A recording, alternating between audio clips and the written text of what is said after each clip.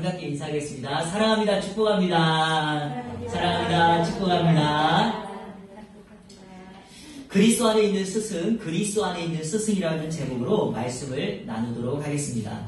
여러분 이런 말 들어보셨나요? 선생은 많은데 스승은 없다. 선생은 많은데 또 스승은 적다. 이런 말이 있습니다. 이 선생이라는 말을 국어사전에서 찾아보면 학생을 가르치는 사람을 두루 일컫는 말, 이런 뜻입니다. 그러니까 학교에서 누군가를 가르치거나 학원이 됐든 심지어는 교회에서 학생을 가르치면 선생이다 이렇게 부릅니다. 그런데 여러분 스승이라는 말은 좀 달라요. 스승이라는 말을 사전에 찾아보면 자기를 가르쳐 이끌어주는 사람, 자기를 가르쳐 이끌어주는 사람을 의미합니다. 여러분 두 단어의 차이를 이해하시겠습니까? 선생님은 학생을 가르치는 데 중점을 두고요. 그 핵심이 선생님 자신에게 있어요. 그래서 자신의 전공 분야를 잘 가르치면 저 선생님 훌륭한 선생님이다 이렇게 말을 합니다. 하지만 스승은 그렇지 않습니다. 스승은요, 가르치는 것이 핵심이 아니라 배우는 학생에게 중점을 둡니다. 그러니까 이런 차이예요. 선생님은 얼마나 잘 가르쳤느냐, 스승은 얼마나 잘 학생들이 배웠느냐 이것을 묻습니다.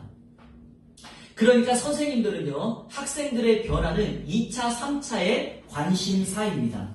그러나 스승은요, 학생의 변화가 가장 큰 관심사가 됩니다. 바로 이런 단어적인 의미 때문에, 그리고 이런 모습 때문에 선생은 많은데 스승은 없다 이런 말을 하는 것 같습니다. 자, 이것과 연결해서 여러분에게 한 가지 질문하고 싶은 것이 있습니다. 여러분의 인생 가운데 가장 기억에 남는 선생님은 누구십니까? 적어도 기억에 남는 선생님 한 분, 두 분 정도는 있으시죠? 네, 있을 거라고 생각합니다. 그런데 여러분, 그 선생님이 기억나는 것이 그 선생님이 수학을, 영어를 잘 가르쳐서 그렇습니까? 그렇지 않을 것입니다.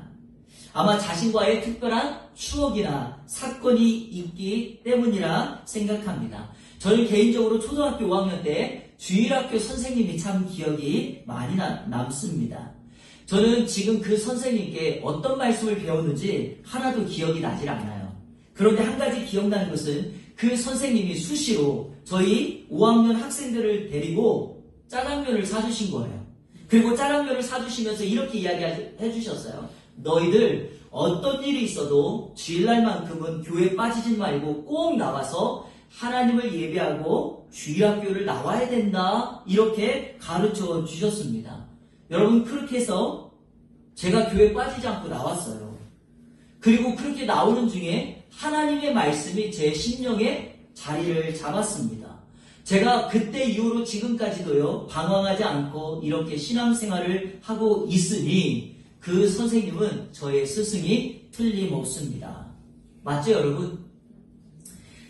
성경에도요, 이렇게 단순한 선생님이 아니라 스승이 많이 등장합니다. 스승 중에 스승은 단연코 예수님이시겠죠. 그런데 예수님 말고 다른 스승 한 사람을 뽑으라면 저는 바울 사도를 뽑고 싶습니다. 왜냐하면 바울 사도는요, 성경에 처음 등장할 때부터 그의 세상적인 학문과 지식이 뛰어난 사람으로 소개합니다. 그런데 바울을 이야기할 때 그의 탁월함 때문에 그가 훌륭한 스승이다 이렇게 말하지 않습니다. 그의 탁월성은 예수님을 만난 이후에 자신이 가지고 있던 지식, 학문을 주님을 위하여 기꺼이 내려놓을 수 있는 용기가 있었기 때문이며 자신이 가지고 있는 것을 뒤로 하고 바로 자신이 가르치고 있던 그 사람들에게 눈높이를 맞추며 그 사람들 중심으로 살았기 때문에 바울은 탁월한 스승이다 말할 수 있습니다. 바로 그것 때문에 예수님은 그 바울을 예수님의 12제자와 같은 사도로 부르시고 이방인을 위한 사명을 감당케 하셨습니다. 바울 사도가 이방 선교를 위해서 1차, 2차, 3차 전도 여행을 합니다. 그리고 마지막 4차 로마 여행을 한 다음에 그는 죽음을 맞이합니다.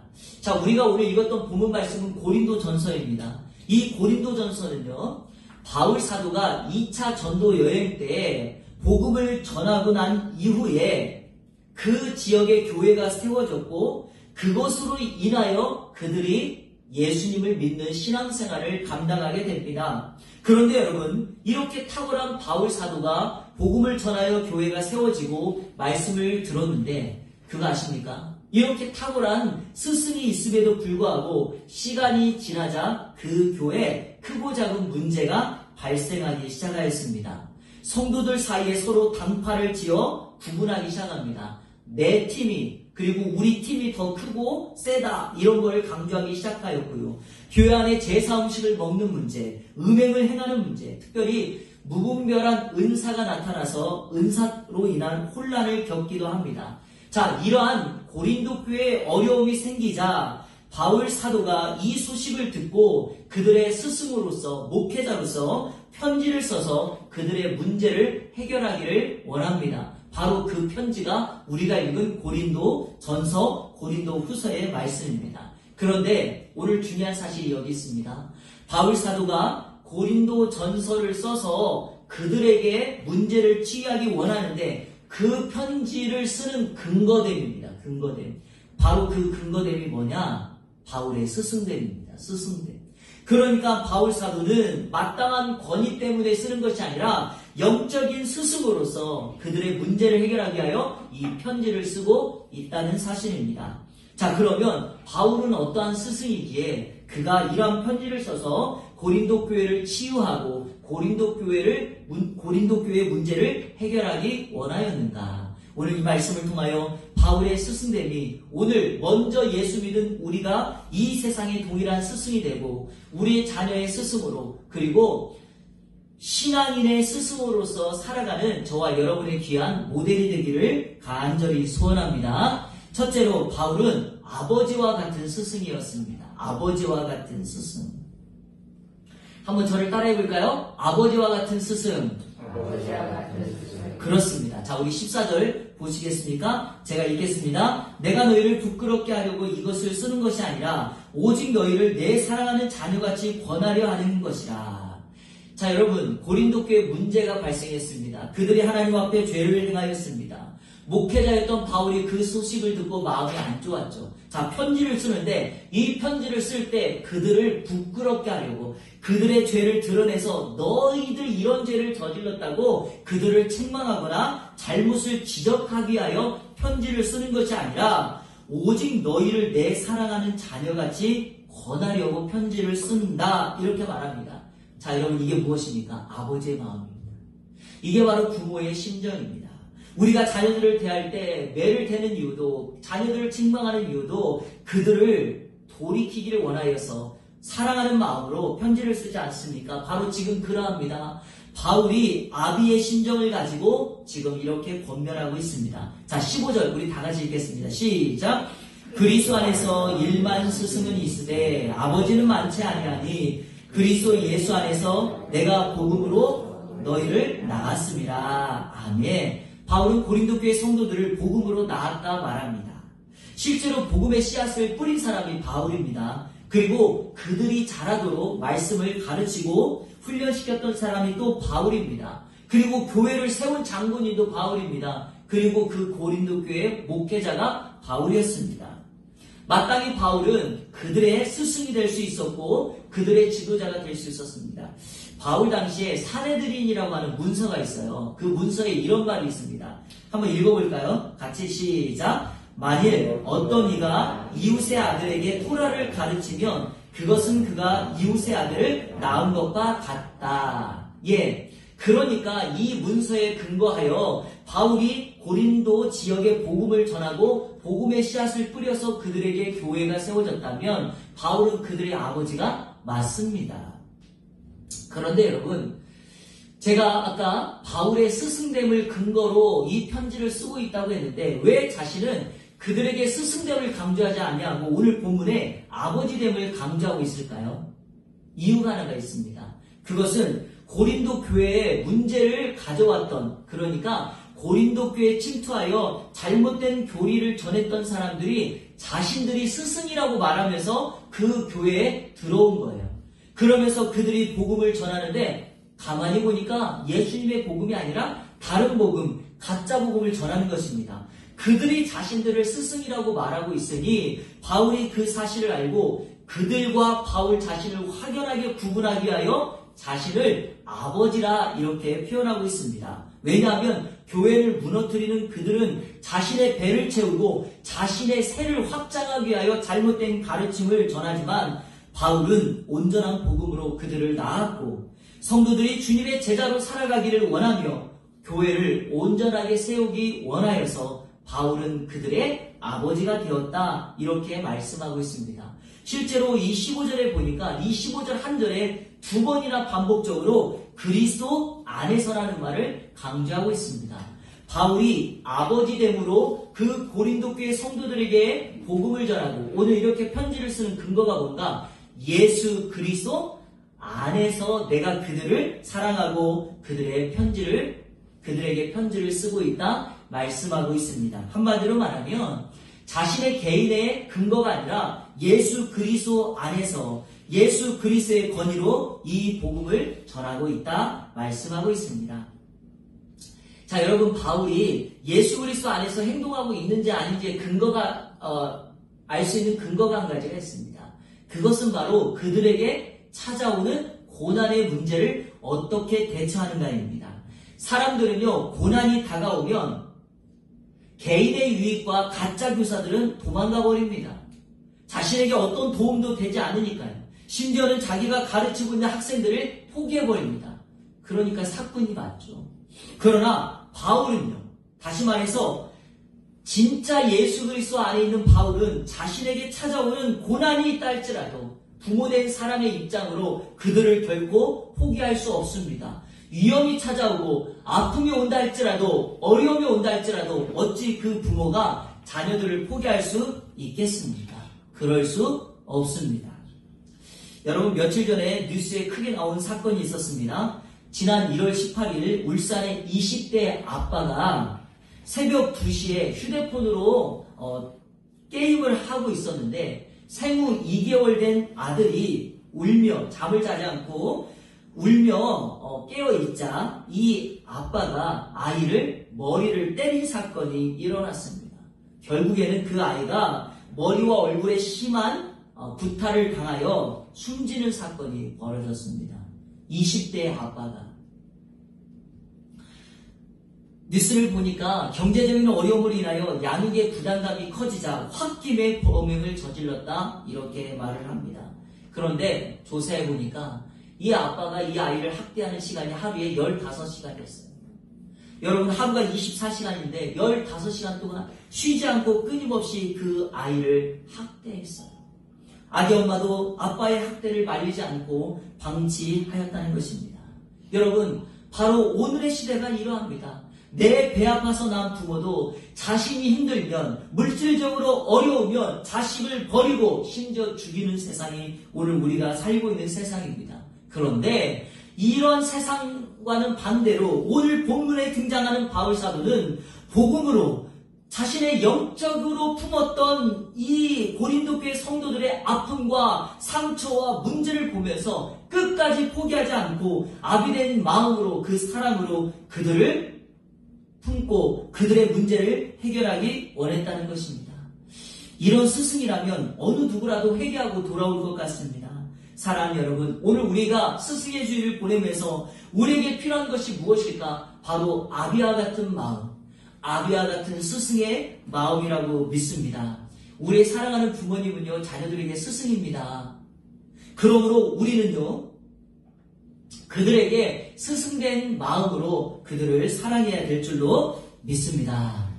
둘째로 바울은 본이 되는 스승이었습니다. 한번 따라해 볼까요? 본이 되는 스승. 자, 우리 16절 말씀 다 같이 한번 읽어보겠습니다. 시작. 그러므로 내가 너희에게 권하노니 아멘. 여러분 아무리 훌륭한 스승이라도요, 내가 지금까지 자신의 연약함, 자신의 부족함을 알기에 자신을 따르는 제자들에게 너희들 나를 본받으라, 나를 따르라 이렇게 말하는 거 정말 어렵습니다. 그럼에도 불구하고 바울은 고린도 교회 성도들에게 자신을 본받는 자가 되라 이렇게 말씀하고 있습니다. 여러분 이 본받는 자가 모방자라는 말이에요. 따르는 자. 여러분 그 이미테이션 이런 말 들어보셨죠? 흉내내는 사람 이게 그 뜻입니다. 유대인의 교육은요 언제나 부모를 보고 따라하는 교육입니다. 그래서 유대인들이요 자녀 교육할 때 구호처럼 외치는 말이 있습니다. 한번 보시겠어요? 이런 말이에요. 아버지가 그러하면 자식도 그러하라. 한번 따라해볼까요? 아버지가 그러하면 예, like father, like children. 그러니까 아버지를 보고 부모를 보고 자녀들이 그대로 따라한다 이 말이에요. 여러분 자녀의 모습을 보면 그 부모가 누구인지 알 수 있어요. 그 부모를 보면 자녀의 모습이 그려져요. 그런데 여러분 보세요. 아버지는 그렇지 않냐는데 자녀는 다르다? 이거 잘못된 거죠, 여러분. 뭔가 숙이고 감추고 있다는 것입니다. 마찬가지입니다. 이 사실을 알았기 때문에 바울은 고린도 교회 성도들에게 나의 삶을 본받으라 이렇게 말씀하고 있습니다. 바울이 이렇게까지 담대하게 나를 본받으라 말할 수 있는 근거가 두 가지가 있어요. 첫째 근거는 바울 자신이 그렇게 살았기 때문에 그래요. 무슨 말이냐면 신앙의 삶을 그렇게 살아갔기 때문에 오늘 우리가 읽지는 않았지만 오늘 우리가 읽은 본문 앞에 11절부터 13절의 말씀을 같이 읽으면서 바울이 어떻게 본이 되는 삶을 살았는가를 살펴보도록 하겠습니다. 자, 11절부터 우리 쭉 한번 읽어볼게요. 자막을 보시면서 시작! 바로 이 시각까지 우리가 줄이고 목마르며 헐벗고 매맞으며 정처가 없고 또 수고하여 친히 손으로 일을 하며 모욕을 당한즉 축복하고 박해를 받은즉 참고 비방을 받은즉 권면하니 우리가 지금까지 세상의 더러운 것과 만물의 찌꺼기같이 되었도다. 아멘. 여러분 한마디로 정리하면 자신이 그 교회와 나의 사역을 위하여 만물의 찌꺼기같이 없어지는 것처럼 살았을지라도 나는 주의 복음을 위하여 주의 나라를 위하여 이렇게 기꺼이 살아가겠다, 헌신하겠다 그 바울이 말하고 있습니다. 그러니 자신의 그 성도들에게 양떼들에게 나를 본받으라 말하고 있습니다. 사랑하는 성도 여러분, 힘들다고 배고프다고 매맞는다고 아프다고 사역을 포기하지 않습니다. 이게 바로 바울의 모습입니다. 자, 두 번째 근거가 있습니다. 바울 자신도 예수 그리스도를 본받은 자가 되었다는 거죠. 그렇기 때문에 바울이 이렇게 말하는 거예요. 너희는 나를 본받으라. 이 말인즉슨 내가 예수님을 본받은 것처럼 너희도 나를 본받으라 이렇게 말하고 있습니다. 자, 고린도전서 11장 1절입니다. 제가 읽겠습니다. 내가 그리스도를 본받는 자 된 것 같이 너희는 나를 본받는 자가 되라. 자, 여러분 제가 본받는 자가 무슨 뜻이라 그랬죠? 모방하는 자라 그랬죠? 이겁니다. 바울은 예수님을 만난 이후로 평생 그 예수님을 따라했어요. 예수님이 하셨던 그 일을 따라한 겁니다. 예컨대 예수님께서 고난을 피하지 아니하시고 기꺼이 십자가를 지는 모습을 바라보면서 바울 자신도 자신에게 찾아오는 어떤 고난과 핍박도 도망하지 않았습니다.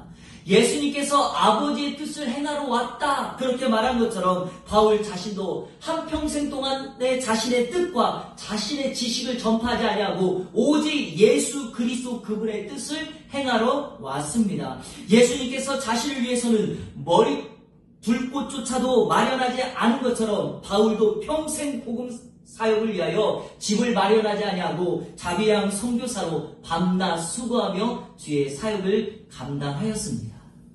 바로 그것처럼 내가 예수님을 본받고 예수님을 따라하고 예수님을 모방하였던 것처럼 너희도 나를 그렇게 모방하기를 원한다 이것입니다. 사랑하는 성도 여러분, 우리가 가야 될 길이 바로 이겁니다. 우리가 바울을 따르고 바울이 따랐던 예수님을 우리가 따라간다면 우리의 사랑하는 제자, 우리의 사랑하는 자녀들, 우리의 자녀들이 그 엄마, 그 아빠의 모습을 보면서 나도 아빠가 갔던 그 길, 나도 엄마가 갔던 그 길을 말씀 붙잡고 있는 그대로 순종하며 따라가겠다고 그들이 살아가지 않을까요? 오늘 이 땅의 자녀의 문제는 여러분 그 자녀의 문제가 아니죠. 그 자녀의 문제는 바로 부모의 문제죠. 그래서 우리는 그 자녀의 모습을 보여서 그 부모의 모습을 본다라는 것입니다. 이 시간 축복합니다. 여러분, 우리는 연약할지라도 믿음의 선배인 바울을 본받으십시오. 그리고 우리는 힘들고 약하지만 우리를 위하여 십자가를 지시며 묵묵히 구원의 역사를 이루신 예수 그리스도 그분을 따라가는 저와 여러분의 삶이 되시기를 우리 주 예수 그리스도의 이름으로 축원합니다. 마지막 셋째로 바울은 제자를 세우는 스승이었어요. 제자를 세우는 스승. 한번 따라해보세요. 제자를 세우는 스승. 제자를 세우는 스승. 자, 17절 말씀 우리 다 같이 읽겠습니다. 시작. 이로 말미암아 내가 주 안에서 내 사랑하고 신실한 아들 디모데를 너희에게 보내었으니 그가 너희로 하여금 그리스도 예수 안에서 나의 행사 곧 내가 각 교회에서 가르치는 것을 생각나게 하리라. 아멘. 스승으로서 바울은 자신이 아니라 교회를 먼저 생각했던 사람입니다. 이런 면에서 바울은 제가 설교를 시작할 때 말했던 것처럼 단순한 선생이 아니라 스승이 맞습니다. 왜냐하면 선생은 자기 자신의 핵심을 놓지만 스승은 언제나 그 가르치는 학생 대상의 삶의 중심을 놓기 때문입니다. 여러분, 대부분의 사람들은요, 자신이 세우고 자신이 쌓은 업적을 다른 사람에게 맡기면 꼭 이런 생각이 들죠. 만약에 그가 내가 세운 업적을 망치면 어떻게 할까? 아니면 그 업적에다가 자신의 업적을 쌓아서 나는 사라지고 그가 더 다른 사람들에게 인기를 받으면 어떻게 할까? 이런 걱정이 있죠. 그래서 대부분의 사람들은요, 다른 사람에게 나의 일을 맡기지 않습니다. 여러분, 우리나라에 이 도제라고 하는 말이 있어요. 도제. 무슨 말인지 아십니까? 이 도자기나 뭔가 명인들이 기술을 가지고 도자기를 만드는데 도제, 즉 그 도자기를 만드는 제자를 반드시 세워야 돼요. 그런데 여러분, 한국에 이 위인들이, 명인들이요, 제자를 세우지 않아요. 왜 그러냐면 나의 기술이 빼앗길까봐, 넘어갈까봐. 그래서 요즘에 그 TV 같은 데 보면 이 생생연구나 이런 거 제가 자주 보는데 맛집 같은 데 가보면 뭔가 맛의 기술을 잘 알려줬다가 꼭 한 가지를 숨겨놔요. 방송에 안 보여줘요. 왜냐? 그거 보여주면 자기 집 어렵게 될까봐. 이런 게 기술인데요. 그런데 문제가 뭐예요? 아들도 모르고 며느리도 몰라요. 그리고 이 세상을 떠나요. 그럼 여러분 그 기술이 대가 끊깁니다. 이 진짜 스승은요, 자기 자신의 명예와 영예 때문에 자신이 가지고 있는 것을 타인에게 가르치는 것을 정말 어려워하지 않아요. 기꺼이 제자를 세울 수 있습니다. 바울에게 있어서 디모데가 바로 그런 사람이에요. 오늘 성경에 보면 내 사랑하고 신실한 아들 디모데를 너희에게 보낸다. 자, 여러분, 정말 중요한 프로젝트가 있는데 이것은 정말 내가 갈 수 없지만 누군가에게 그 일을 맡겨서 그 일을 꼭 해야 된다면 여러분은 누구를 보내겠습니까?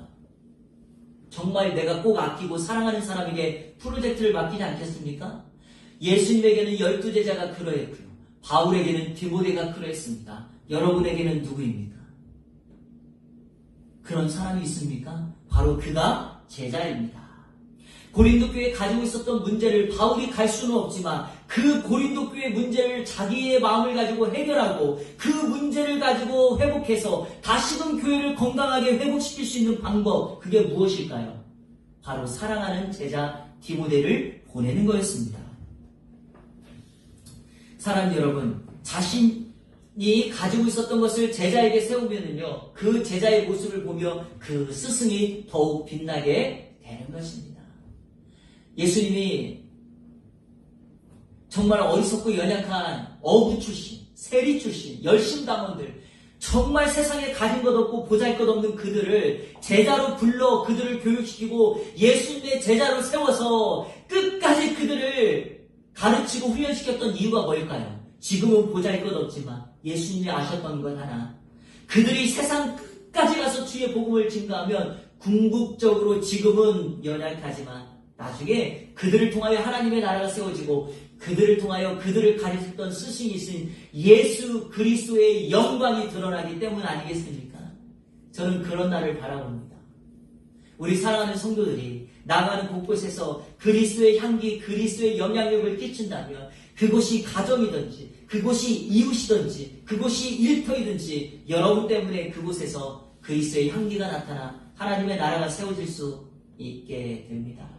그러면 여러분, 우리 주님이 영광을 받으시는 것 아니겠습니까?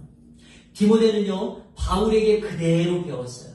그러니까 디모데가 하는 말은 바울이 했던 말이에요. 디모데가 하는 사역의 그림은 바울이 했던 사역의 모습이에요.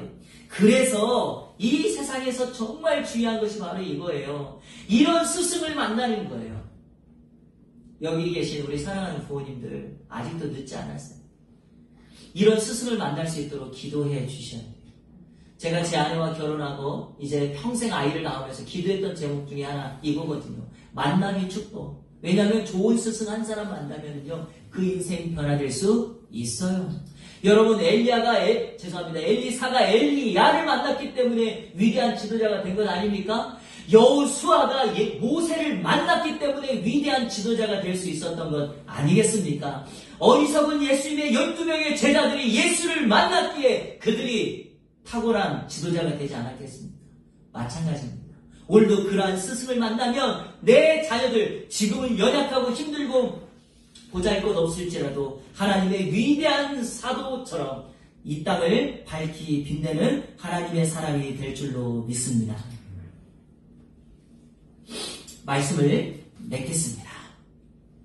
제가 오늘 말씀의 결론을요, 영상을 하나 보면서 제가 설교의 결론을 맺으려고 합니다.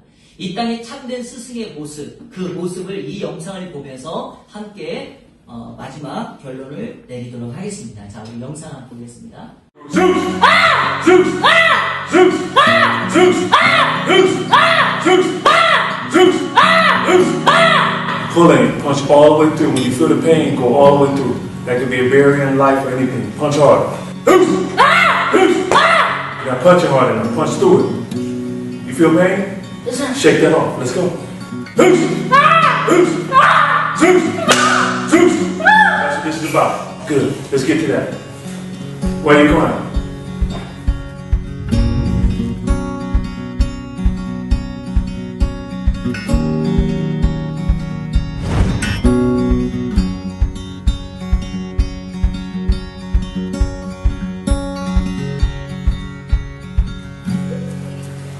Tell me, why are you crying?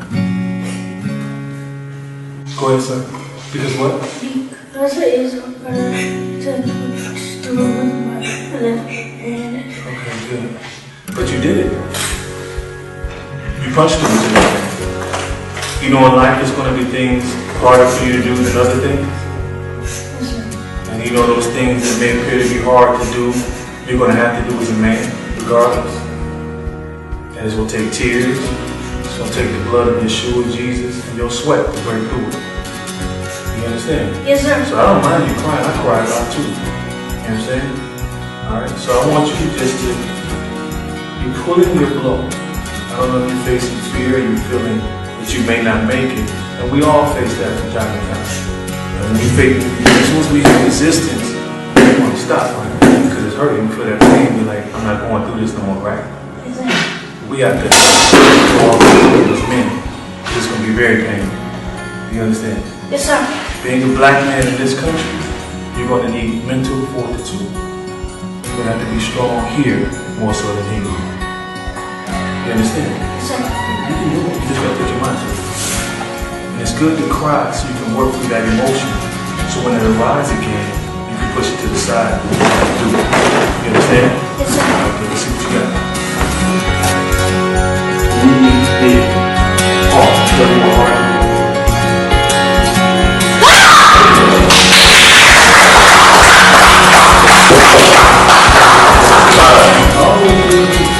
You're not doing a great habit or whatever the first time. Keep fighting, keep going through it. And that's what you're doing. Yes, sir.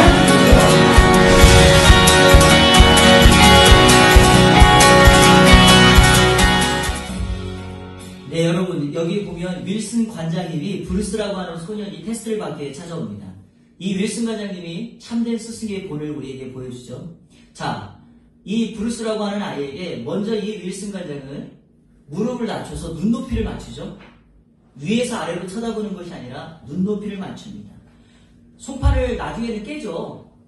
그 송판 하나 깼다고 경솔하게 잘했다고 박수치지 않습니다. 아이가 울자 브루스를 아들이라고 부릅니다. 아들아. 그리고 우는 이유를 묻습니다. 아이가 이렇게 말합니다. 손이 아팠기 때문이라고. 그러자 윌슨 관장은 이렇게 말합니다. 그래도 너는 해냈다. 그런데 앞으로 내 인생에 이거보다 더 힘든 일이 있을 것이라고 말합니다. 그리고 그 일을 위해 너는 눈물도 피도 땀도 흘려야 한다 가르쳐 줍니다. 그리고 앞으로 인생에 장애물이 나타날 때마다 두려울 수도 있다. 아프다. 그리고 넘어질 수도 있다. 그러나 남자로서 맞서야 된다 가르칩니다. 왜냐? 이렇게 맞서는 것이 가장 고통스러운 일이기 때문이죠. 대부분의 사람들은 문제를 만나면 도망하죠. 그러나 윌슨 관장은 말합니다. 맞서야 된다고. 그리고 흑인으로서 이 땅에 살아가는 것이 자신을 힘들게 할 수도 있다고 말합니다. 그때는 주먹으로 대하는 것이 아니라 꿋꿋한 마음이 필요하다고 참된 스승의 본을 보여줍니다. 그리고 마지막 이렇게 권면하죠. 항상 조금만 더 해보라고 권면합니다. 처음부터 잘할 수는 없다고 계속 한 걸음 싸우고 맞서면 그리고 그 길을 향해 가면 우리는 이길 수 있다고 가르칩니다. 사랑하는 여러분, 우리는 성도입니다. 우리는 성도로서 이 땅에 산다는 것이 그리 쉽지가 않습니다. 시험도 많고 손해볼 때가 있고 사람들에게 비아냥거림 받을 때도 있습니다. 그러나 우리는 견고한 믿음으로 맞서야 합니다. 왜냐하면 우리의 스승 되신 예수 그리스도 그분이 그 길을 가셨으니까요. 그리고 우리의 믿음의 선배였던 바울 사도가 그 길을 갔으니까요. 그리고 이 땅에 믿음을 먼저 갖고 동일한 스승으로 살아가는 저와 여러분들이 믿음의 선배인 바울의 본을 따르고 예수 그리스도의 본을 따르며 하나님의 생활 방식을 가지고 이 땅을 살아갈 수만 있다면 오늘 이 스승의 주일에 하나님께서 저와 여러분들을 이 땅의 또 다른 스승으로 참된 믿음의 여정을 가게 하실 것이라 믿습니다. 오늘 그 은혜가 이번 한 주간 그런 믿음의 성도들, 믿음의 스승이 되시기를 우리 주 예수 그리스도의 이름으로 축원합니다. 아멘.